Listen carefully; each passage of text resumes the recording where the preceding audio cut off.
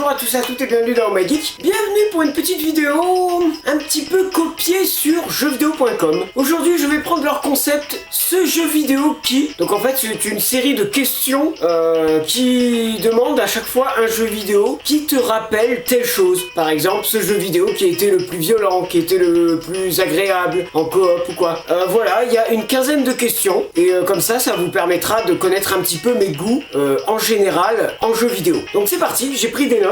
On commence tout de suite avec la première question. Ce jeu qui m'a fait découvrir la Game Boy Color. Alors c'est tout simplement Harry Potter 2 sur Game Boy Color. Tout simplement c'est le jeu que j'ai le plus farmé sur Game Boy Color après les Pokémon. Alors les Pokémon, bon c'est la base, hein, Pokémon je crois que c'était or et argent sur Game Boy Color, je sais plus. J'y ai passé pas mal de temps, mais à un moment donné après la ligue, je trouvais qu'on se faisait un peu chier sur Pokémon, enfin argent, or et tout ça. Je trouvais qu'il n'y avait plus rien à faire. Alors que dans Harry Potter 2 sur Game Boy Color, je vais vous mettre une image par là, il y avait énormément de choses à faire. Le château était immense. On pouvait monter ses personnages jusqu'au niveau 100. C'était assez énorme. Voilà, on pouvait monter ses sorts, on pouvait affronter plein de créatures et tout. C'était un vrai RPG et franchement c'était une tuerie. Si j'ai un jeu à recommander sur Game Boy Color, donc vieille console, hein, à trouver d'occasion ou quoi, c'est Harry Potter 2 sur Game Boy Color. Voilà, vraiment. C'est vraiment le jeu que j'ai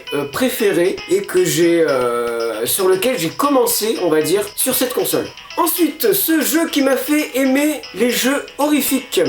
Bon bah, il n'y a pas trop de surprises, hein, c'est Resident Evil 4, voilà, la base. Avant, j'étais pas trop jeu horrifique. Au début, j'aimais bien les jeux un peu d'action, tout ça. Et puis Resident Evil 4 m'a doucement mis dans le bain du jeu un peu angoissant, un peu flippant, tout ça. Et puis après, j'ai fait le 5. Bon, le 5 est pas flippant du tout.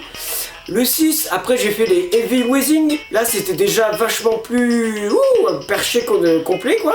Et j'ai beaucoup aimé, et du coup maintenant je fais plein de jeux d'horreur, sur Xbox, maintenant sur la PS4, puisque j'ai la PS4 depuis pas très longtemps.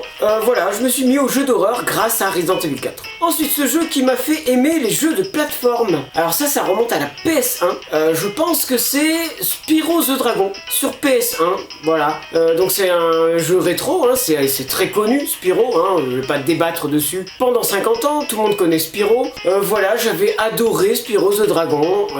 Je n'ai jamais réussi à le finir complètement sur la Play parce que la maniabilité était assez compliquée à l'époque. Et puis surtout, comment dire, les joyaux et tout ça, enfin tous les trucs étaient extrêmement bien cachés. Donc je ne connaissais pas le jeu par cœur, on va dire. Maintenant que je l'ai refait sur Xbox, bah c'est beaucoup plus facile parce que je me rappelle les maps et tout ça. Donc j'ai pu le finir à 100%, mais à l'époque c'était compliqué. Mais c'était un très bon jeu de plateforme et je recommande chaudement, que ce soit la version PS1 ou le remake sorti cette année.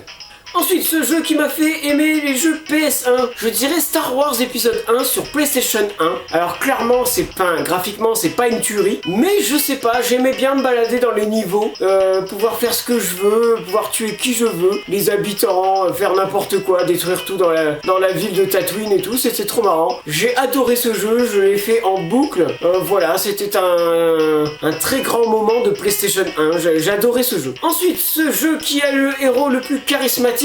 Alors là, bah, c'est très simple. Pour moi, c'est Leon S. Kennedy de Resident Evil 4. Voilà, c'est le héros le plus classe qu'on ait fait depuis un bail. Voilà, il a une classe intersidérale. Voilà, Léon quoi. Léon Forever. Ensuite, ce jeu qui était tout mignon. Alors, un jeu qui était tout mignon. Qu'est-ce qui était mignon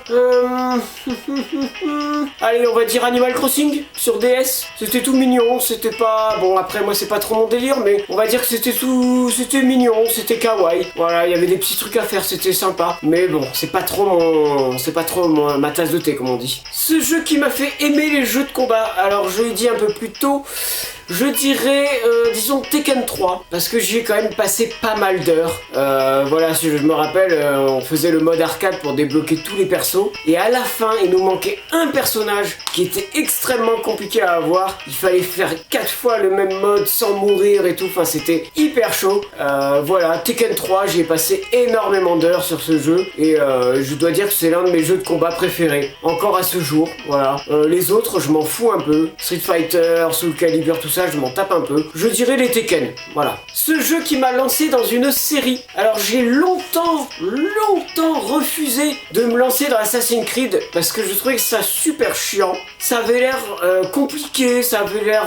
ça m'intéressait pas, voilà, la romantique et tout ça, ça me faisait chier. Et puis, il y a une ex, un jour, qui m'a offert, pour mon anniversaire, Assassin's Creed 2. Le vendeur lui avait conseillé celui-là, et il lui avait dit, c'est pas mal pour commencer, le 1 est moins bien que le 2. Donc, bah écoutez, merci Stella, ça fait plaisir, hein, je te remercie encore, parce que grâce à toi, j'ai découvert, avec Assassin's Creed 2, l'univers d'Assassin's Creed. Suite à ça, j'ai acheté le 1, j'ai refait le 2 en entier, le Brotherhood, le Révélation, enfin je les ai tous faits à la suite. Unity, comment il s'appelle, celui à Londres, Odyssey, Origin, je les ai tous faits à la suite. C'est-à-dire que j'ai enchaîné le 1, le 2, le 3, le 4, le Unity, le machin, le truc. J'ai fait pendant quelques mois, j'ai enchaîné tous les jeux. Donc j'étais à fond dedans, quoi. Et franchement, j'ai adoré. Et là, le dernier, Assassin's Creed Odyssey, c'est l'un des meilleurs. Tout simplement, c'est l'un des meilleurs. Je m'éclate dessus et surtout, il est quasiment infini comme jeu. Donc merci beaucoup de m'avoir fait découvrir cette série que je trouvais un peu surcotée à l'époque. Ce jeu qui a un méchant mémorable, Resident Evil 5, Albert Wesker.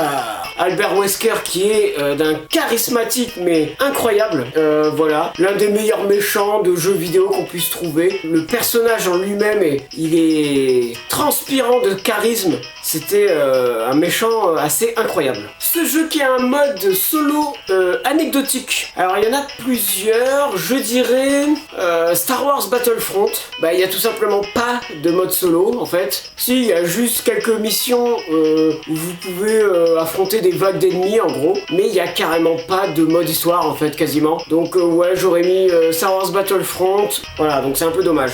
Ensuite, ce jeu qui a fait polémique pour rien, alors c'est Resident Evil 5, puisque tout ça se passe tout simplement en Afrique. Et donc, vous êtes un blanc, un américain blanc, qui abat des zombies noirs. Donc forcément, ça ne passe pas. Voilà, c'est tout de suite, ce jeu est un jeu raciste. Bah non, en fait, vu que ça se passe en Afrique, forcément les mecs sont noirs ou marrons, tu vois. Donc voilà, si c'est des zombies, bah tu affrontes des zombies noirs. Sachant que en plus, l'année d'après, ou l'année encore après, il y a eu Resident Evil 6 qui s'est passé au Japon. Et là, on tue des mecs jaunes, mais ça, tout le monde s'en fout. Hein. Donc voilà. Donc Resident Evil 5, c'est un peu le jeu qui a fait polémique pour rien, parce que voilà, il était passé pour un jeu raciste alors que pas du tout. C'est juste que le scénario se passe en Afrique, donc forcément voilà, on va tuer des blacks quoi. C'est un peu dommage, mais bon, c'est le jeu qui veut ça, enfin c'est l'histoire qui veut ça, donc ce jeu qui m'a fait aimer les open world.